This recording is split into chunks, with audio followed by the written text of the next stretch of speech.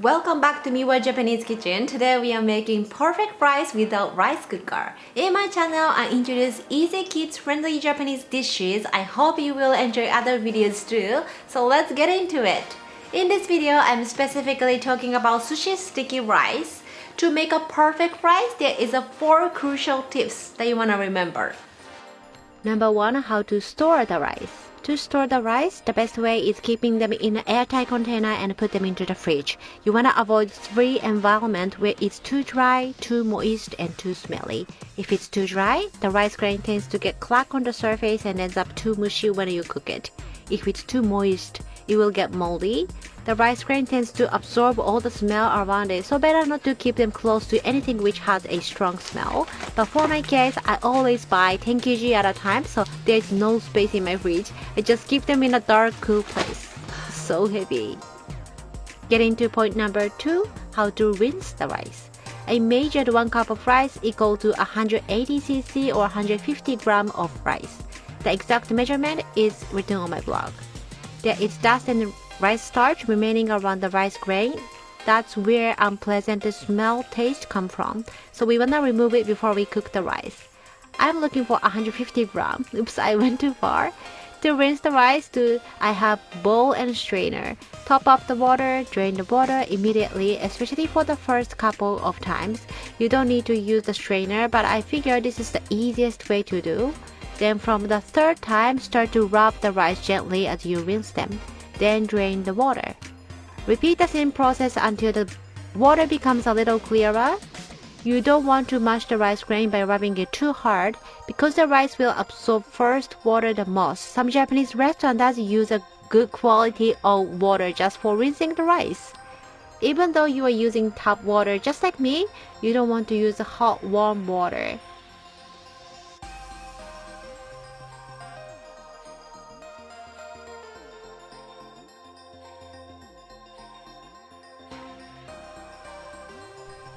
Now you can see the water gets a lot clearer, but not completely translucent. At this point, stop rinsing. If you want to skip this entire rinsing process, find musenmai, which is pre-rinsed rice. Because my family consumes lots of rice, this pre-rinsed rice fits my current busy lifestyle. If you are curious, I put the shop link on the description box below. Also, if you want to know brief information about the rice brand, please read my blog. So some of you might think, oh my gosh, it's so much to remember. I totally get that.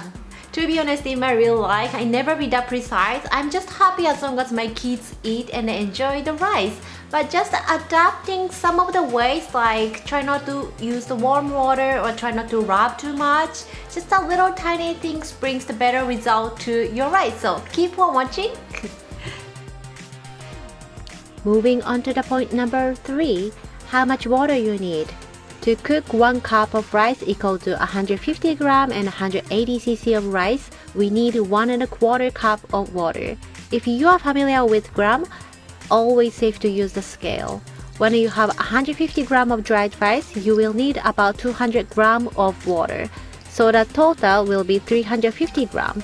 If it's too much water, the rice will be watery. If it's less, the rice will be uncooked or burnt.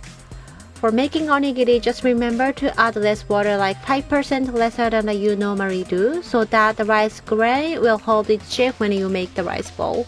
I have 2 rice bowl videos on my channel. Soak the rice in water at least 1 hour before you cook. By letting the rice to absorb the water equally, we prevent from the result that the outside is mushy but the inside is still undercooked. If you are soaking overnight, I recommend to keep it in a fridge.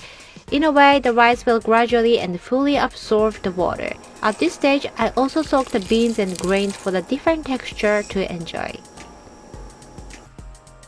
The last point, guys, number 4, how to cook the rice properly.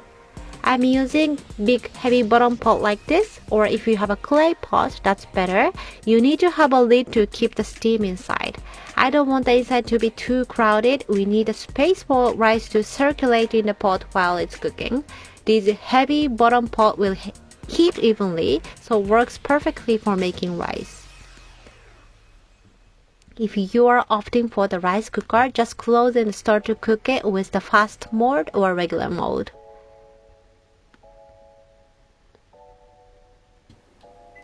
Back to pot. First, bring the water to a boil over high heat. Once it comes to a boil, stir them once.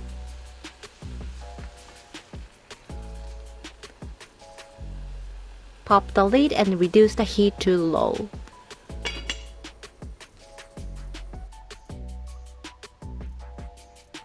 Simmer it for 10 minutes. You don't want to open the lid, otherwise the hot air will escape. Can you guys see the steam? It's so hard to catch the steam on the video. After 10 minutes, off the heat and steam it for another 15 minutes with the lid on.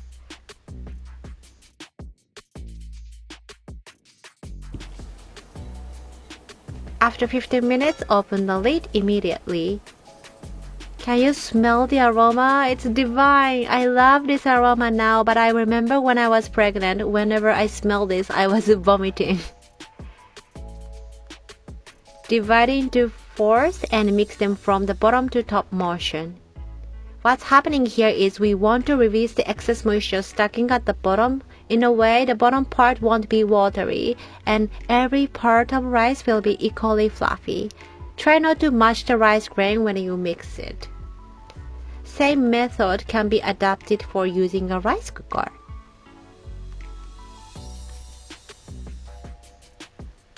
Serving onto the bowl and enjoy. If you want to freeze the rice, keep them into the container when the rice is still hot, then pop them into the freezer. You don't have to wait until it's cooled down to keep the moisture of rice. If the rice gets old and dry, just use it for fried rice or porridge. That's it, guys. Like I said, it seems a little complicated, but try once, especially if you're a heavy eater of rice, just like me. I was very surprised how it tastes different. Did you find something new? Please share in the comment below.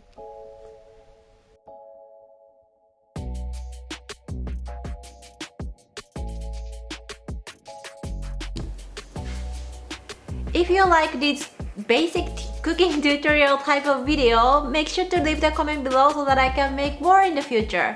Thank you very much for watching. See you on the next video. Bye! またね!